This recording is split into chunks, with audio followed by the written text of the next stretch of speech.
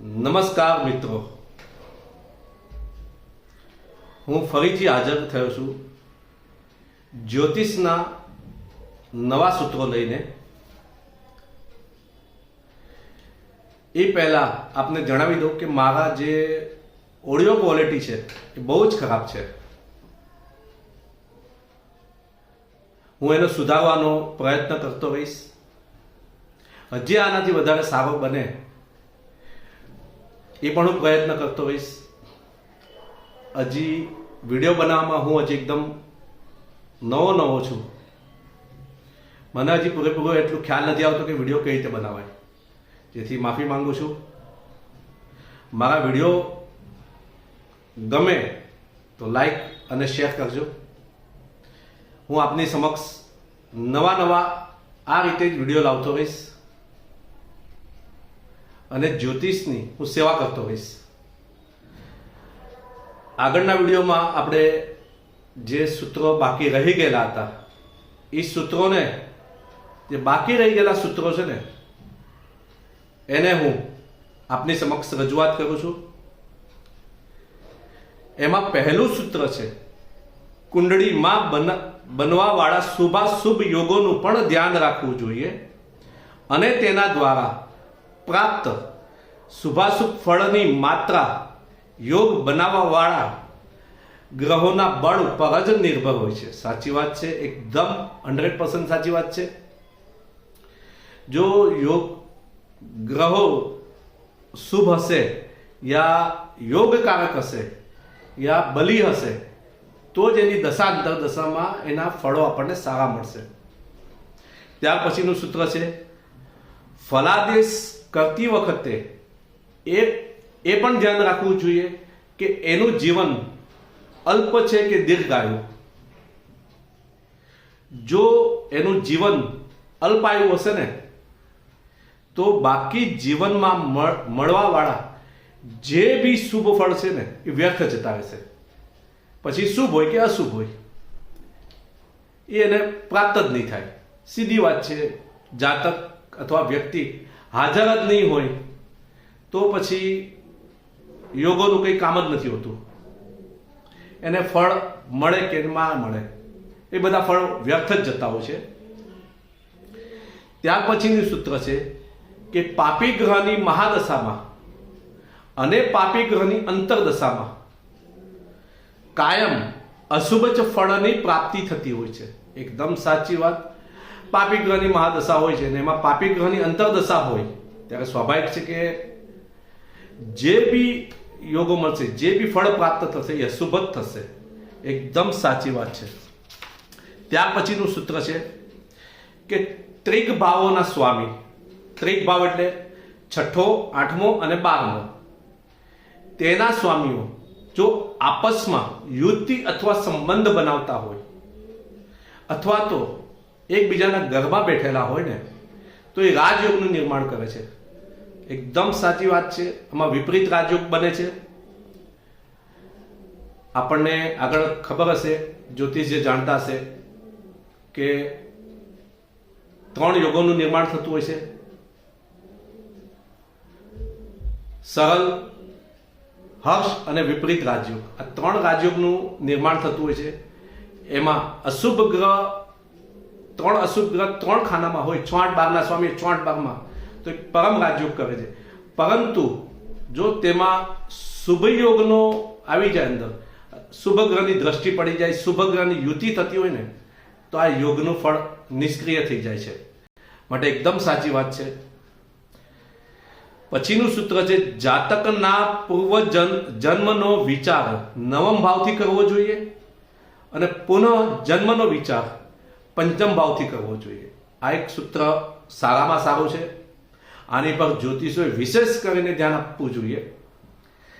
ત્યાર પછીનું એક સૂત્ર છે, જો કોઈ ગ્રહ સ્વરાશિસ્થ અથવા તો ઉચ્ચનો થઈને કારક પણ હોય અને તેની પર જો અશુભ ગ્રહની દ્રષ્ટિ અથવા યુતિ થઈ જાય ને તો એ અશુભ ફળ પ્રદાન કરતું હોય છે। એકદમ સાચી વાત છે। 100% સાચી વાત છે। આની પર વિશેષ ધ્યાન આપવા જેવું હોય, જ્યોતિષોએ આપવા જેવું છે। અને આને સમજી વિચારીને આની પર ફલાદેશ કરવાનો વિચારો છે. જ્યારે ભાવ, પછીનું એક સૂત્ર છે, જ્યારે ભાવ પોતાના સ્વામી ગ્રહથી દ્રષ્ટ અથવા તો યુક્ત હોય તો તે શુભ ફળ દેવાવાળો હોય છે, પરંતુ જ્યારે કોઈ પાપગ્રહ પોતાનાથી સપ્તમસ્થ હોય તો તે એ ભાવનો નાશ કરતો હોય છે. એકદમ સાચી વાત છે. મેં આગળ આપને મારા જે પહેલો વિડીયો છે ને એમાં મેં આ બતાવેલું છે કે જે કેન્દ્રના જે 4 ભાવ છે ને એને આપણે શું કીધેલું છે. પ્રથમ ભાવને આપણે ઉદય કીધેલું છે, ચોથા ભાવને આપણે પાતાળની ઉપમા આપેલી છે, એવી રીતે સપ્તમ ભાવને આપણે અસ્ત કીધેલો છે અને દસમ ભાવને અધિકાર ભાવ કીધેલો છે. ધર્મ, અર્થ, કામ અને ત્રિકોણ આ એના મૂળ નામ છે, જે આપણે પહેલા વિડીયોમાં પણ આપણને જણાવેલું છે. ત્યારબાદનું સૂત્ર છે,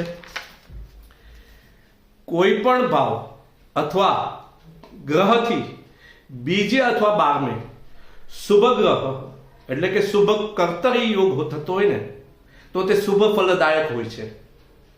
અને તે જ પ્રમાણે ભાવથી અથવા ગ્રહથી અશુભ ગ્રહ સંબંધ બનાવતો હશે ને એટલે કે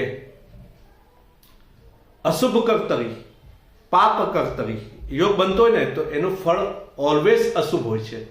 એકદમ સાચી વાત, એકદમ પ્રામાણિક સૂત્ર છે. ત્યાર પછીનું સૂત્ર છે, ચંદ્રમાં સૂર્યના કિરણોથી અસ્ત હોય તો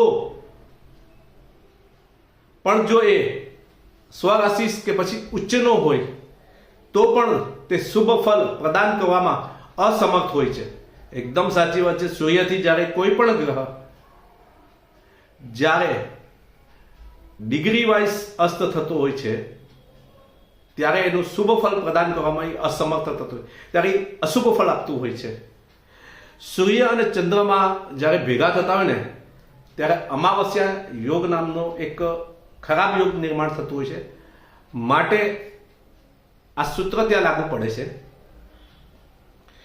ત્યાર પછીનું એક સૂત્ર છે, આ એક મોટું સૂત્ર છે અને એકદમ સાચું સૂત્ર છે. ગ્રહો 2 ભાવોના સ્વામી હોય છે, પરંતુ એ વધારે ફલ એ ભાવના દેતો હોય છે જે એની મૂળ ત્રિકોણ રાશિનો હોય છે. ત્યારબાદ એ જે બીજા ભાવનો જે માલિક હોય છે ને એનું ફળ અપેક્ષાકૃત ઓછું દેતો હોય છે. એ સિવાય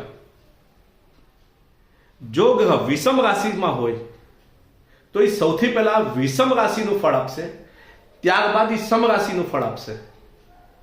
એ રીતે જો કોઈ ગ્રહ સમ રાશિમાં હશે તો એ સૌથી પહેલા એ સમ રાશિનું ફળ આપશે, ત્યારબાદ જ વિષમ રાશિનું ફળ આપશે. આ જ્યોતિષોએ બહુ સમજી વિચારીને આનું સૂત્ર અપનાવવા જેવું છે.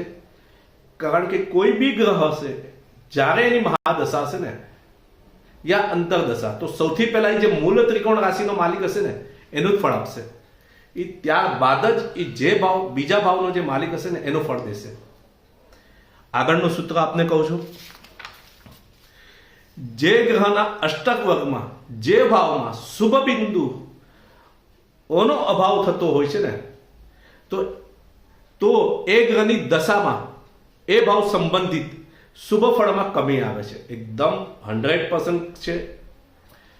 અષ્ટક વર્ગમાં આ એક જોવા જેવું હોય છે સૂત્ર છે કે જે અષ્ટક વર્ગમાં જો એને શુભ બિંદુઓની કમી થતી હોય, એપ્રોક્સિમેટલી 6 બિંદુ કહેવામાં આવેલા, 6 બિંદુ, 5 બિંદુ, 4 બિંદુથી જો એને ઓછા ભાવ મળતા હોય, બિંદુઓ મળતા હોય ને તો એ ભાવ સંબંધિત ફળ આપવામાં કમી કરતો હોય છે, યા તો એ ભાવ સંબંધિત અશુભ ફળ આપતો હોય છે. ત્યારબાદ એક સૂત્ર છે, કોઈ પણ ગ્રહ કેટલો પણ મજબૂત અથવા બલવાન હોય પરંતુ તે ભાવમાં સંધિમાં હોય તો તે ફળ આપવામાં અસમર્થ હોય છે. એકદમ સાચી વાત, 100% સાચી વાત છે. ફરીથી કહું છું સૂત્ર, કોઈ પણ ગ્રહ કેટલો પણ બળવાન હોય પરંતુ તે ભાવ સંધિમાં હોય તો તે ફળ આપવામાં અસમર્થ હોય છે. એકદમ સાચી વાત. એકદમ સાચું સૂત્ર છે.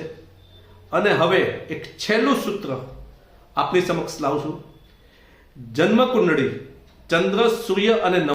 હવે જ્યોતિષ તત્વાંગનું જે છેલ્લું સૂત્ર છે એ આપની સમક્ષ પ્રસ્તુત કરું છું. જન્મ કુંડળી, ચંદ્ર કુંડળી, સૂર્ય કુંડળી અને નવાંશ કુંડળી પર અવશ્ય વિચાર કરવો જોઈએ. ત્યારબાદ જ કોઈ પણ અંતિમ નિર્ણય પર આવવું જોઈએ. સાચી વાત છે. જે બી જ્યોતિષ કરતાઓ છે અથવા જે જ્યોતિષ અથવા જે જન્મ કુંડળીઓ જુએ છે તેને આ કુંડળીઓ અવશ્ય જોવી જોઈએ. જન્મ કુંડળી, નવમ કુંડળી, ચંદ્ર કુંડળી, સૂર્ય કુંડળી સાથે સાથે ભાવચલિત કુંડળી પણ એટલી જ મહત્વની હોય છે. માટે એનું અધ્યયન પણ કરવું જોઈએ. સાથે સાથે એનું વિવેચન પણ કરવું જોઈએ. ત્યારબાદ જ કોઈ પણ અંતિમ નિર્ણય પર જવું જોઈએ. તો જ એનું ફલાદેશ આપણે સાચું કહી શકશું. નહીતર ક્યાંક ને ક્યાંક ફલાદેશ કરવામાં આપણે ગોથું ખાઈ જશું. આ જે સૂત્રો છે 38 સૂત્રો અહીંયા સમાપ્ત થાય છે. હવે આવનાર વિડીયોમાં હું નવા સૂત્રો સાથે આપની સમક્ષ હાજર થઈશ. જો આપને આ મારો વિડીયો ગમ્યો હોય તો લાઈક અને શેર કરજો અને આ રીતે જ મને પ્રોત્સાહિત કરતા રહેજો. હર હર મહાદેવ. ધન્યવાદ.